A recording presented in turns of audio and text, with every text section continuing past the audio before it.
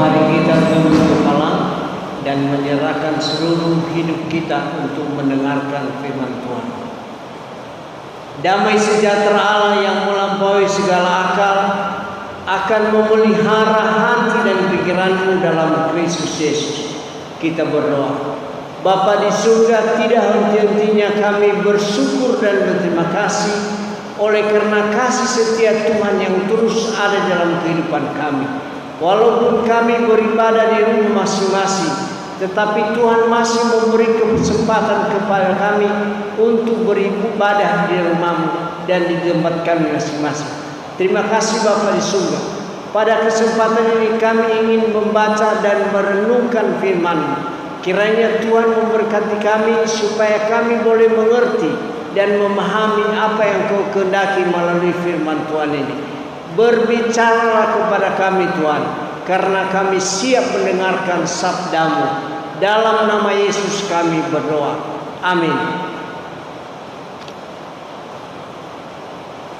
Firman Tuhan yang menjadi perenungan kita hari ini terambil dari Mazmur 34 ayat yang ke-12 sampai dengan 18. Mazmur 34 ayat 12 sampai dengan 18. Demikianlah firman Tuhan. Marilah anak-anak, dengarkanlah aku. Takut akan Tuhan akan kuajarkan kepadamu. Siapakah orang yang menyukai hidup, yang mengingini umur panjang untuk menikmati yang baik?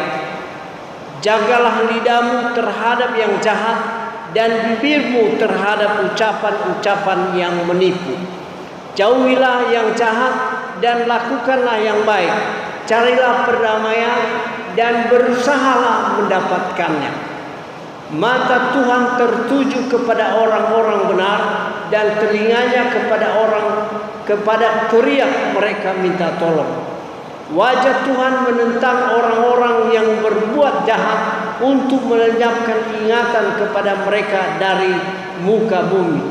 Apabila orang-orang benar itu berseru-seru, maka Tuhan mendengar dan melepaskan mereka dari segala kesesakan. Demikian pembacaan firman Tuhan. Salam semua. Ya, Bapak Ibu dan Saudara, ada sebuah buku yang pernah saya baca berbicara tentang dua manusia yang berbeda karakter. Yang seorang jahat dan yang seorang baik. Yang pertama adalah Max Juger, seorang penyeludup dan penjahat besar pada masa itu. Keturunannya banyak sekali, 1026 orang. Dengan rincian yang terjadi adalah 300 orang mati muda. 100 orang di penjara, 1900 orang jadi pelacur, dan 100 orang menjadi peminum.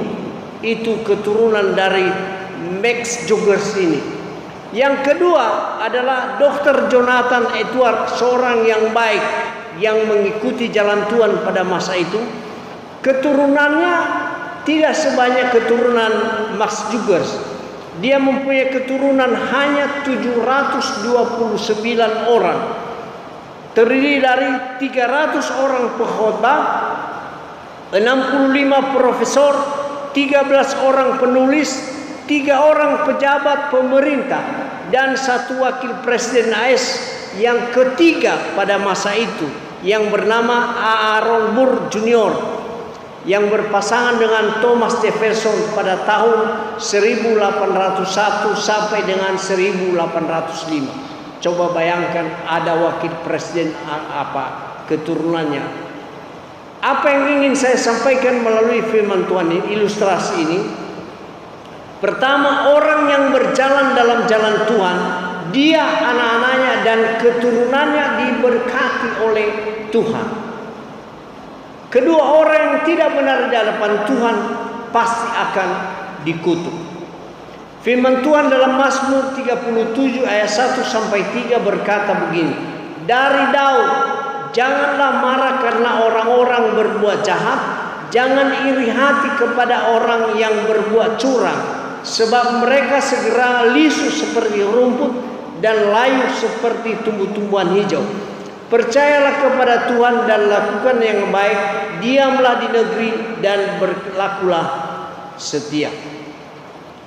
Firman Tuhan yang kita baca dan renungkan ini, di mana Raja Daud mengajak seluruh para pemimpin dan bangsa ini untuk takut akan Tuhan.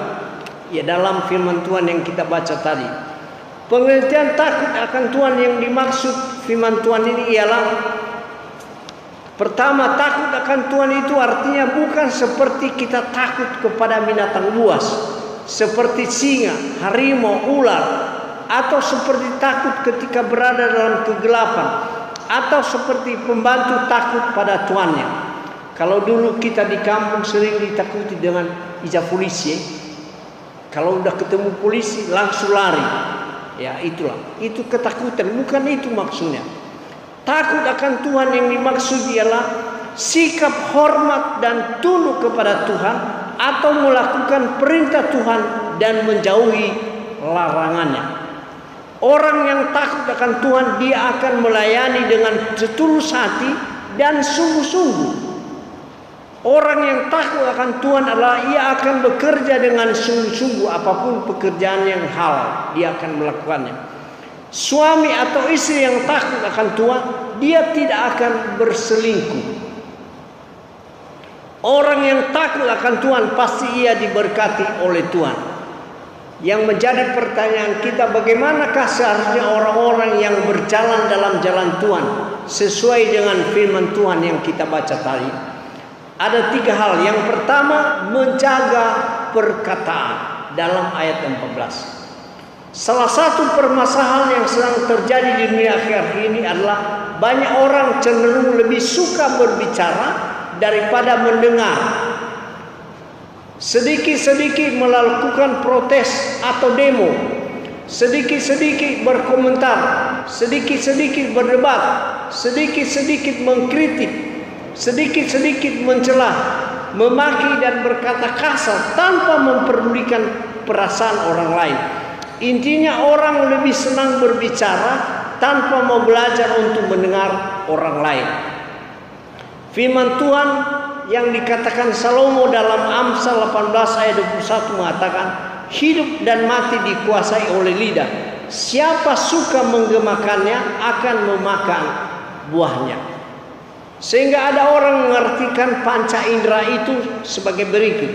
Mengapa Tuhan menciptakan 2 telinga dan 1 mulut?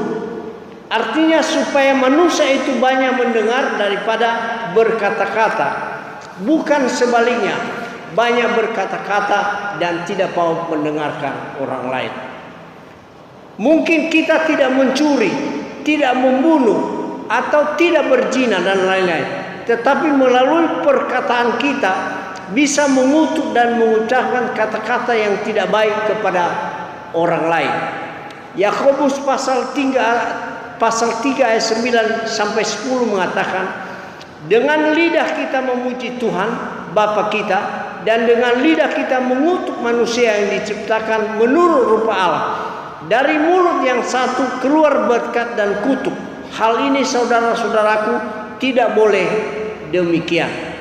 Sering kita dengar ungkapan dalam bahasa Nias yang mengatakan avena hoa noloa noa. Ya, ada baru berita, tapi sudah dikatakan terjadi sesuatu. Dalam 1 Petrus pasal 3:10 mengatakan, siapa yang mau mencintai hidup dan mau melihat hari-hari baik, ia harus menjaga lidahnya terhadap yang jahat dan bibirnya terhadap ucapan-ucapan yang menipu. Hal yang kedua yang perlu kita tahu dalam firman Tuhan ini, menjauhi dan tidak melakukan yang jahat dalam ayat 15a. Kejahatan maksudnya di dalam firman Tuhan ini adalah pikiran, keinginan dan perbuatan yang melawan atau bertentangan dengan kehendak Tuhan. Kejahatan itu adalah ada yang kelihatan. Kita harus jujur bahwa kejahatan itu ada yang kelihatan dan ada yang tidak kelihatan. Ya, ada banyak orang tidak ada yang melihat saya kok melakukannya, tidak. Itu namanya kejahatan. Kalau kita melakukan yang tidak baik, walaupun ada orang maupun tidak ada orang, tapi Tuhan tidak pernah tidur untuk melihat kita dalam hidup kita. Menjauhi maksudnya adalah tidak melakukan perbuatan-perbuatan jahat dan juga tidak bergaul kepada orang yang berbuat jahat. Menjauhi artinya tidak bergaul kepada orang yang berbuat jahat dan menjauhinya. Contohnya misalnya ketika di tempat diskotik, walau di sekitarnya banyak sekali diskotik, tidak perlu harus hidup dalam diskotik itu. Atau hidup dalam seks bebas, berkumpul dengan orang main judi, korupsi, narkoba, mempersulit orang lain dan lain-lain yang dibenci oleh Tuhan. Dalam Amsal pasal 8 ayat 13, Raja Salomo mengatakan begini, takut akan Tuhan ialah membenci kejahatan. Aku benci kepada kesombongan, kecongkakan, tingkah laku yang jahat, dan mulut penuh tipu muslihat. Jadi orang yang menjauhi kejahatan dan tidak melakukannya ialah orang yang berani berkata tidak terhadap kejahatan dan menghargai serta menghormati Tuhan dan kuasanya dalam perjalanan hidupnya. Orang percaya itu ibarat ikan di laut. Mereka hidup di air asin, tapi dagingnya tidak pernah asin. Ya, kita pernah, apalagi di daerahnya sebagai pulau, pasti tahu bagaimana ikan yang hidup di laut. Pasti kan kalau kita pegang laut itu hanya asin. Tapi apakah ikan itu ikan asin? Tidak. Begitu juga dengan hidup orang percaya ini. Hendaklah demikian juga kepada kita orang percaya. Hidup di dunia ini dengan lingkungan yang penuh kejahatan, tetapi tidak melakukan dan dikuasai oleh kejahatan itu sendiri.